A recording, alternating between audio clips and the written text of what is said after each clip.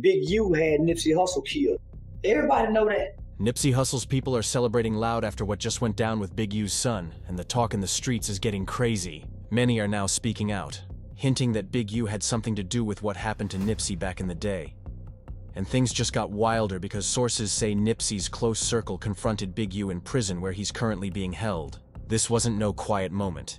It was tension in pure form, the kind that makes a whole block go silent when names like Nipsey Hussle and Big U get mentioned. Let's take it from the top. The tragedy that shook LA still echoes through every alley and every barbershop conversation. The City of Angels never forgets, and it definitely never forgives. On Halloween night, 2025, hip-hop faced a moment so explosive it sent shockwaves through South Central like thunder.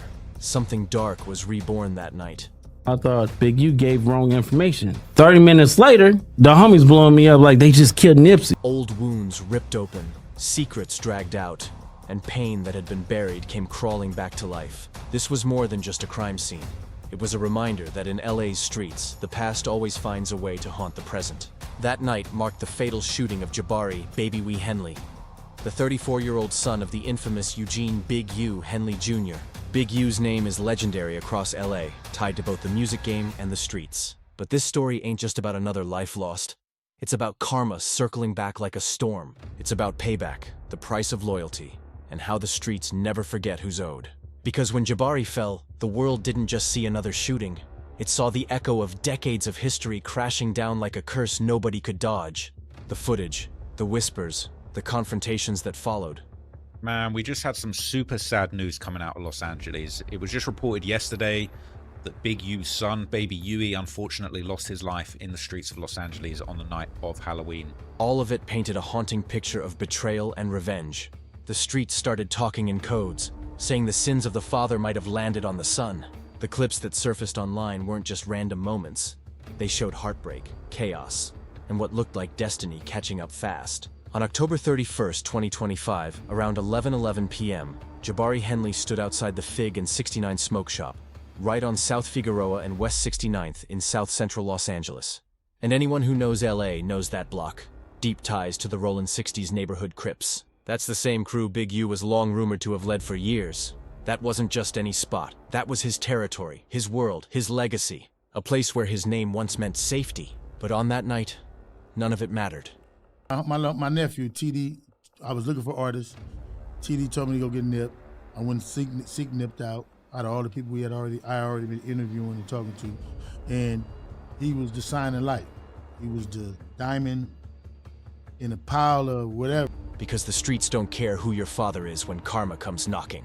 Witnesses say Jabari was walking up to a dark sedan, maybe a Toyota Camry, maybe a Honda Accord, when everything exploded in seconds. The shooter inside didn't waste a heartbeat. Gunfire erupted, at least 7 rounds from what cops think was a 9mm .40 caliber. The bullets ripped through Jabari's chest, torso, arm, stomach, and thigh. It was quick, brutal, and devastating. No warning, no time to react. People nearby screamed and scattered, the kind of panic that freezes time for anyone watching. Jabari hit the pavement, motionless, as his blood spread across the concrete under the flickering streetlights. Paramedics raced to the scene, doing everything they could. CPR, adrenaline shots, anything to pull him back. But the damage was too much. The reports later said he died from massive blood loss and a torn pulmonary artery. Wounds so severe there was no saving him. The shooter vanished into the night, leaving behind nothing but shell casings, broken glass, and a silence that screamed louder than sirens. That moment became one of the most talked about events in LA hip-hop history. Big U had Nipsey Hussle killed. Everybody know that. Everybody know Big U, Nip called that hit. They was really jealous of Nipsey Hussle, homie. All the big homies in the set was jealous of Nip, because all the young love Nip. So Nip had got bigger than the set, cuz. Ain't nobody bigger than the set. The LAPD's 77th Street Division jumped on the case fast, locking it down as a homicide. They grabbed surveillance footage from over a dozen spots nearby. Stores, homes, even street cams. Witnesses were interviewed left and right, and every shell casing was bagged up as evidence. Forensic teams got busy trying to trace the weapon, running DNA from the suspect's vehicle handle, looking for that one mistake that could break the case wide open. Early ballistics reports were expected by November 2025. But what came next shocked investigators. The partial DNA hit belonged to someone tied to the Hoover criminals. one of LA's most notorious rival gangs. That detail flipped the whole narrative, hinting that this wasn't random. It could have been tied to long-standing tension between the Hoovers and the Rollin' 60s, a beef that's lasted for generations. The $50,000 reward offered for tips showed just how serious things had gotten. Everyone wanted answers, but nobody wanted to speak up in public. Even now, no arrests have been made, and the case remains open, haunting everyone connected to it. Detectives are still chasing leads, trying to understand whether this was a setup, a message, or something deeper. What makes the tragedy even heavier is that Jabari wasn't living that hardcore gang life. And I'm on a phone, he FaceTimed me. So he FaceTimed me and stuff like that. He was like, Nipsey just got killed. I'm like, sick, so I didn't hear that. So I hang up with him. I called Nipsey, and I'm like, Nipsey, what's up? He was like, oh, what's up with it? Nipsey answered. Nipsey answered. But after I talked to Nipsey, and I was like, yeah, I love you, cuz, or whatever like that. I'll see you later, or whatever. So I hung up the phone. I thought Big U gave wrong information. 30 minutes later, the homies blowing me up like they just killed Nipsey. He wasn't trying to be his father's shadow. Born March 15, 1991 in Inglewood, Jabari had his own lane, his own story. But in LA, sometimes, the past chooses you before you ever get a chance to escape it. He mostly kept his distance from the gang world that shaped his father's name, staying in his own lane and minding his business.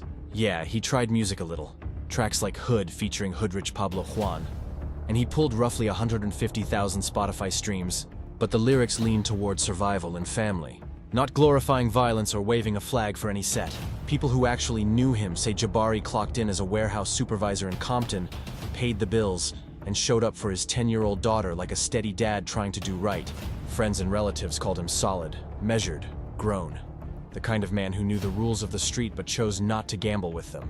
Still, being Big U's son meant the noise followed him even when he walked away, because names like that cast a long shadow in Los Angeles. And on Halloween night 2025, that shadow fell hard. But also, something else that didn't make sense to me, the hit didn't make sense to me, because who takes this girl on a hit? And who goes, if you're going to go do a hit, if it is a hit, if you're going to go do a hit, who goes to confront the guy? He already know, I'm finna do this dude.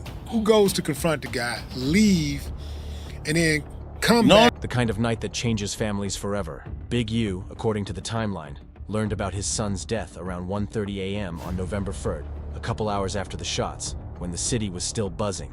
Here's where it turns heavier. Big U wasn't outside when the call came in, and he wasn't free to move even if he wanted to. Eugene Big U Henley Jr. was in a cell at the Metropolitan Detention Center in Los Angeles, held without bail since a March 2025 arrest on federal RICO counts that prosecutors say include extortion, human trafficking, bank fraud, and robbery. Allegations he's still fighting in court. Filings also mention tax violations and a supposed murder-for-hire scheme tied to a 2021 Las Vegas case, all of which remain allegations until proven otherwise. Word of Jabari's death reached him, sources claim, through a contraband phone, allegedly from Loose Cannon, a co-defendant who is also in custody, a grim relay in a place where hope moves slow. Those same sources say Big U's response was raw, stripped of the armor people expect from a street general. The tough exterior cracked, and emotion flooded in. The man known for being unshakable was reportedly in tears, repeating, "Not my boy, not like this," which reminded everyone that behind the headlines there's still a father dealing with the worst news a parent can hear. And believe me, like I say, this case was investigated by the highest level of the branch. That man got a letter from the president. Well, I know for a fact if they could get you, they'd get you. And they if they thought for a second that you had something to do with it and they could prove it, you out of here. Moments like that pull the mask off the mythology. They show a human being, not just a reputation. And the timing couldn't have been uglier. Assets locked up, hearings stacking, and now the loss that no courtroom can fix. Jabari, by most accounts, tried to stay on the clean side of the line, and yet the line kept shifting under his feet. That's the curse of legacy in a city where history talks loud. A memorial for November 8, 2025 was set, but whether Big U could attend from federal custody was unclear, which made the grief even sharper for everyone close. Then came the reaction online. Not calm, not unified, not gentle. Instead of a wave of condolences, a chunk of Nipsey supporters posted mockery and dark irony, framing the news as so-called karma, a word folks throw around when pain hits someone they already don't trust. Within hours of the first scanner chatter going public, social feeds lit up, posts stacking fast across timelines and comment sections. By morning, hashtags like Nipsey Karma and other riffs were circulating, with thousands calling it payback or cosmic justice, even though the case details were unsettled and no arrest had been announced.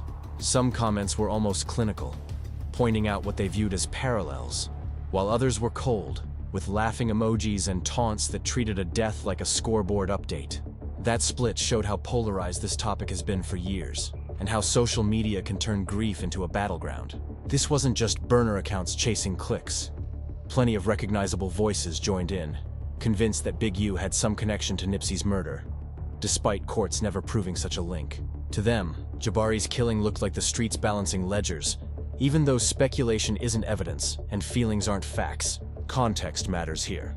Ever since March 31st, 2019, when Nipsey was killed outside the Marathon store, rumors have swirled about who knew what and who benefited. Yet in the only courtroom that counted, Eric Holder Jr. was convicted and sentenced, while suggestions involving Big U stayed exactly that. Suggestions without official proof. The internet runs on memory and emotion, not legal standards, so the verdict online often arrives first and never leaves. That's why this moment hit differently. For some, it reopened wounds. For others, it confirmed a narrative they already believed. And for the family, it was fresh heartbreak stacked on top of chaos they didn't ask for. To read the room after Jabari's death, you have to hold two truths at once. The investigation is ongoing, and people on the outside are arguing like the case is closed. Until the facts land, it's still a human story about a man trying to live straight, a father stuck behind bars, and a community split between empathy and anger. This felt like history looping back with vengeance, the ghost of Nipsey Hussle walking right back into the story that never truly ended. The connection between Nipsey's name and Big U's circle has always been soaked in pain, loyalty, betrayal, and whispers of unfinished business. So when Jabari Henley's death hit the news, it didn't just spark sadness. It set off fireworks across social media. Nipsey's people, his fans, and whole corners of hip-hop exploded with talk of karma, claiming the universe had just spun the block. And that viral clip of Nipsey's affiliates confronting Big U behind bars? That hit different because it wasn't just a scene. It was history resurfacing, raw and unfiltered. To make sense of this madness, we gotta rewind the tape to where it all began. One of the most tangled, painful, and conspiracy-filled relationships in modern hip-hop. The connection between Big U and Nipsey Hussle wasn't just business.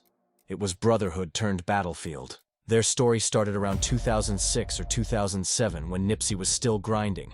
A hungry young rapper from Crenshaw, trying to carve out space in one of the toughest cities for dreamers. Back then, Big U was already a made man. A respected OG in the Rollin' 60s neighborhood Crips, transitioning from the chaos of the streets into something bigger. He had status, money, and connections. The kind of power that could open doors or close them forever. When he saw Nipsey, he saw more than a kid with talent. He saw potential, someone who could change the narrative for South Central if guided right. So Big U put Nipsey under his wing, giving him access to studios, safe housing, business game, and most importantly, a level of protection few artists could ever dream of. In 2009, they locked in officially. Nipsey signed a 10-year management deal under Big U's label, Unique Music. That contract, according to Big U himself, gave him between 10% and 25% of Nipsey's publishing rights through his company, Aimless Astrid Entertainment. It was supposed to be a win-win. Big U offered guidance and muscle in the industry, and Nipsey got the backing and structure to grow without getting caught up in the streets. For years, it looked like a solid partnership, the older mentor and the rising star, building an empire side by side. Big U often spoke about Nipsey like he was family, even calling him a son in spirit during interviews. He didn't just manage his music, he protected him, helping Nipsey move through dangerous neighborhoods, making peace with certain sets, and avoiding the kind of beefs that could end a career before it started.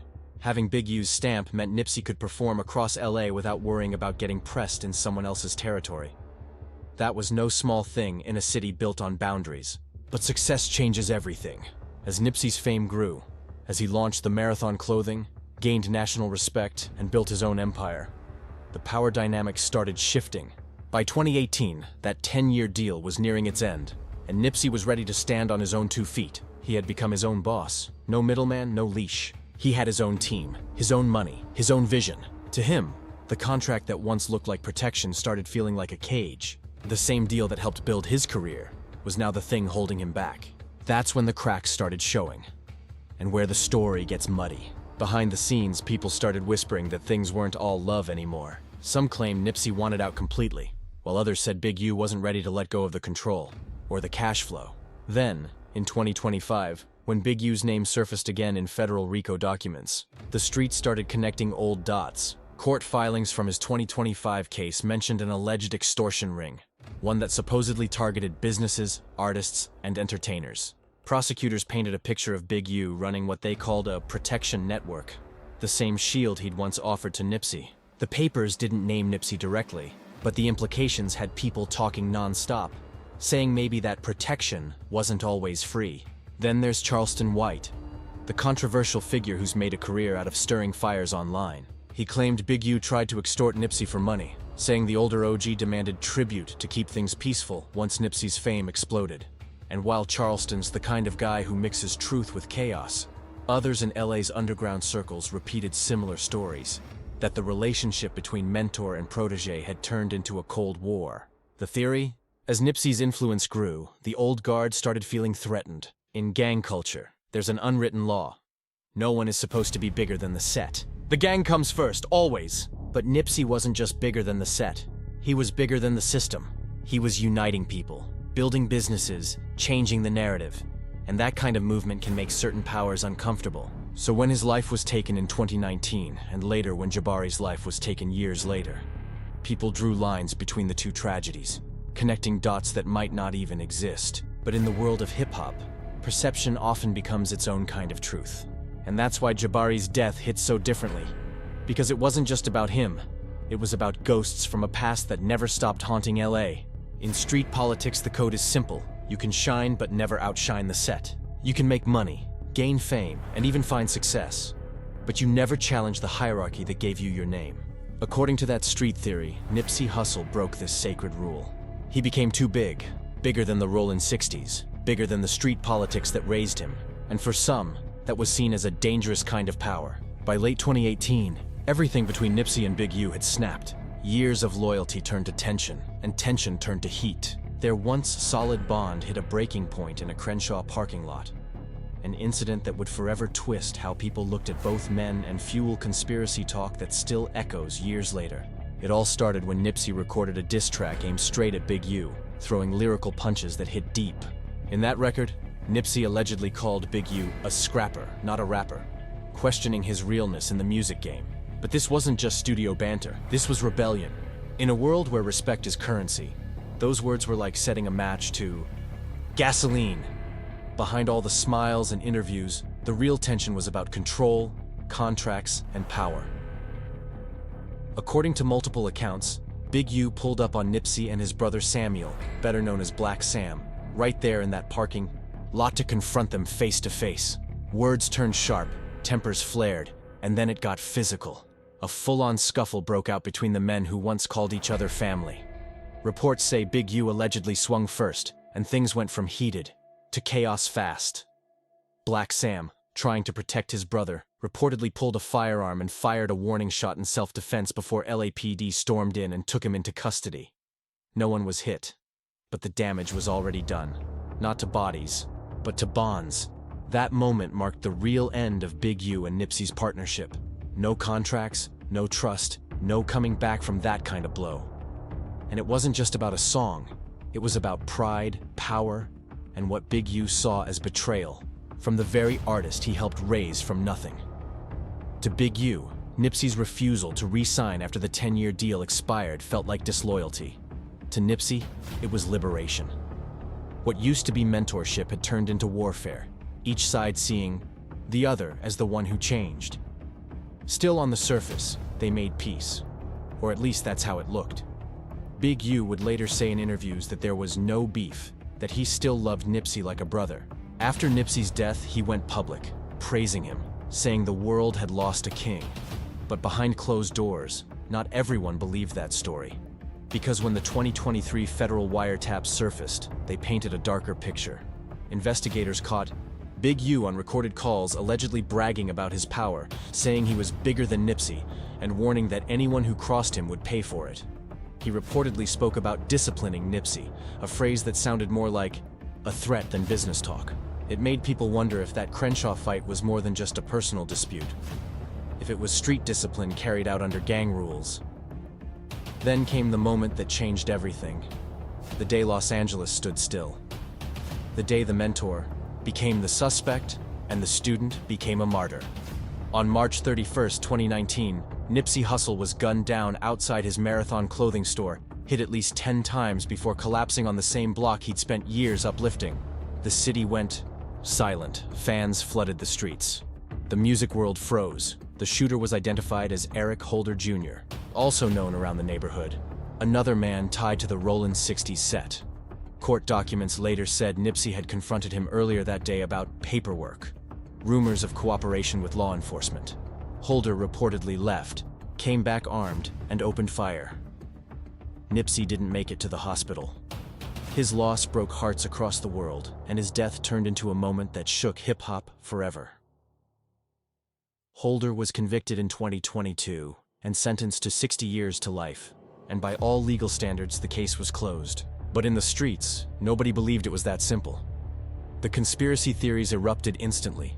Social media threads, interviews, leaked clips, everyone had their version of what really happened. And the most shocking rumor came from someone close to the fire. Loose Cannon, an associate of Big U who would later get caught in the same federal net. In a viral interview, Loose Cannon claimed Big U called him 30 minutes before Nipsey was shot and told him, "Nipsey's gone." The twist? Nipsey was still alive at that time. If true, and that's a big if, since Loose Cannon is facing his own serious charges, it would suggest Big U somehow knew what was about to go down. It was a claim so explosive it reignited every theory people had ever whispered about their fallout. To many, the timing felt too eerie. The parking lot fight, the split, the old tensions, and now a murder that turned the city upside down. Combine that with the pattern of violence federal agents later tied to Big U's alleged criminal network, and it was no wonder the internet went wild connecting dots. Whether it was just gossip, a coincidence, or something darker, the speculation never stopped. Years later, Nipsey's name still echoes through LA like a warning about loyalty, ambition, and how thin the line between family and enemy can really be. And for Big U, the more the truth unfolds in court, the harder it becomes to separate the man from the myth, the mentor from the monster people whisper about in the streets. Charleston White, never one to keep quiet when chaos is brewing, jumped straight into the fire, taking the rumors to another level. He went on record accusing Big U of ordering Nipsey Hussle's hit, claiming jealousy was the real trigger. According to him, the old heads in the Rollin 60s couldn't stomach the fact that Nipsey had grown bigger, richer, and more powerful than the gang itself.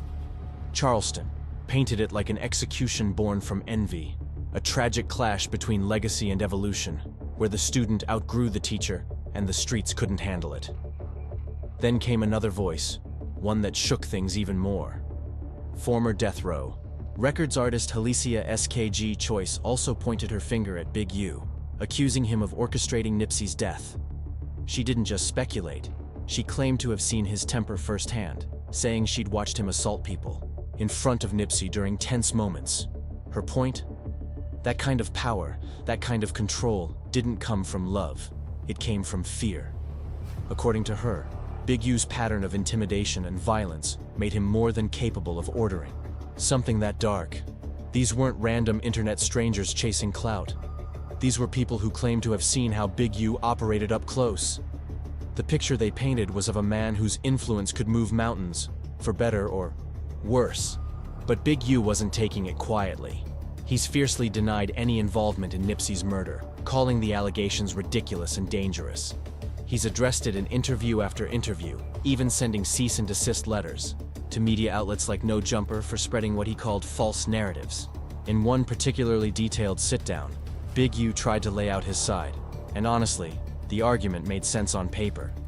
He said if Eric Holder's actions that day were part of a professional setup, then none of it fit the blueprint of a hit. Think about it. Holder pulled up with his girlfriend, stopped to talk with Nipsey face to face, then went down the street to Master Burger to grab food before returning to open fire. No paid assassin would risk exposure like that, hanging around the crime scene and ordering lunch mid-mission. Contract hits don't come with breaks. They're silent, clean, and fast. Big U used that logic to argue his innocence, saying the killing looked personal, impulsive, not calculated, and, on top of that, he pointed out that the FBI had already done a deep dive into Nipsey's death as part of their larger investigation into LA's gang network. If they'd found even a hint of evidence tying him to the shooting, they would have added it to his already massive 43-count federal RICO indictment in 2025. That indictment was no small list. It covered murder, extortion, human trafficking, bank fraud, and even a 2021 Las Vegas murder-for-hire case involving aspiring rapper Rayshawn Williams. The government threw every charge they could find at him, but not Nipsey's. Big U pointed to that as proof that the street talk didn't match reality. As he said, if the feds had something solid, they'd have stacked it on top of everything else. The fact that they didn't, to him, was all the proof he needed that he wasn't involved. Still, in the streets and on social media, logic rarely wins. The court of public opinion doesn't care about indictments, only about perception. And in this case, perception had already buried Big U long before any judge or jury could. Even without proof, the whispers cost him millions. Sources close to his circle claim he lost several sponsorships and business opportunities, including an alleged $3 million Adidas deal that was supposed to be connected to Kanye West's camp. People who used to stand beside him in the music business started backing away, scared of the smoke that came with his name. The fear wasn't just about guilt or innocence, it was about optics. Nobody wanted to be seen next to the man the internet had already cast as a villain in Nipsey's story. At first, Big U tried to fight back the right way. He organized unity marches, helped fund memorials, and even delivered a eulogy for Nipsey in front of hundreds. For a moment, it looked like he was reclaiming the respect he'd lost. But when the conspiracy theories kept multiplying, when every new video, every tweet, every podcast rehashed the same accusations, his reputation couldn't recover. The digital world doesn't forget, and for Big U, that became a life sentence in itself. By the time Halloween 2025 came around, and news broke that Big U's son Jabari had been gunned down in eerily similar circumstances, the internet exploded again. The parallels were impossible to ignore. Both men, Nipsey and Jabari, were shot multiple times in South Central LA. Both had family ties to the Rollin' 60s, and both deaths sparked instant chatter about karma, retribution, and what some called the streets coming full circle. It was almost poetic in the cruelest way imaginable. Two lives lost under the same skies, both carrying legacies tangled in loyalty, love, and betrayal. Whether you believe the theories or not, one truth stands clear.